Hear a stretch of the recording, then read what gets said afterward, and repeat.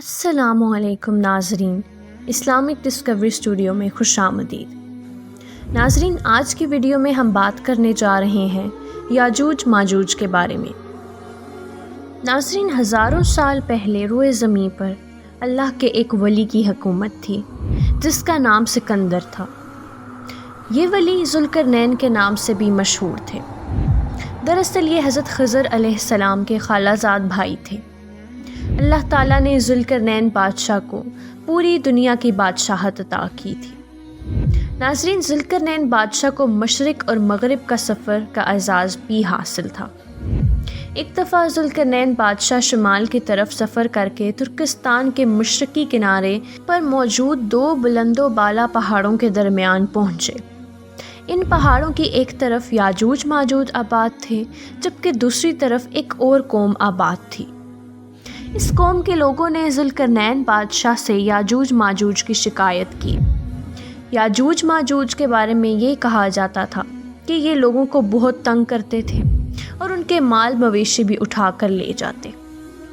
اس قبیلے کے لوگوں کا کہنا تھا کہ یاجوج ماجوج ہمارے کھیتوں کو خراب کر دیتے ہیں، زمین پر فساد کر رہے ہیں، اور ساتھ ہی ذوالقرنین بادشاہ کو مشورہ دیا کہ اگر پہاڑ کی ایک طرف ایک مضبوط دیوار بنا دی جائے اور دوسری طرف نہ آ سکیں تو ہم ان کے فساد سے بچ سکتے ہیں۔ چنانچہ ذوالقرنین بادشاہ نے بڑے بڑے لوہے کے ٹکڑے منگوائے اور زمین کھودوانے کا حکم دیا۔ جب پانی نکل آیا تو آپ نے سب سے پہلے پتھر رگوائے اور پگھلے ہوئے تانبے کے ذریعے انہیں جمع کر دیا اور ان لوہوں کے درمیان لکڑی اور کوئلہ بھر کر آگ لگا دی اور پھر اوپر سے پگھلا ہوا تانبا ڈال دیا۔ یوں ایک مضبوط دیوار بن گئی۔ دیوار لگنے کی وجہ سے یاجوج ماجوج پہاڑ کی ایک طرف قید ہو گئے جو آج تک وہیں قید ہیں۔ یہ جس جاندار کے پاس سے گزرتے ہیں اسے زندہ کھا جاتے ہیں۔ یہ موسم بہار میں اپنے غاروں سے نکل کر سبزہ کھا جاتے ہیں اور جو خشک چیز ملتی ہے اسے اٹھا کر ساتھ لے جاتے ہیں۔ ان کے پنجے اور دانت درندوں جیسے ہیں۔ حدیث میں آتا ہے کہ یاجوج ماجوج روزانہ اس دیوار کو توڑتے ہیں، اور جب دیوار ٹوٹنے کے قریب ہوتی ہے اور باہر سے سورج کی روشنی اندر پڑتی ہے تو ان کا بڑا سردار کہتا ہے چلو باقی کل توڑیں گے۔ جب دوبارہ وہاں آتے ہیں تو دیکھتے ہیں کہ دیوار پھر سے مکمل ہو چکی ہے۔ ایک دن دیوار ٹوٹنے کے بالکل قریب ہوگی تو ان کا سردار کہے گا چلو بس کرو باقی کل توڑیں گے۔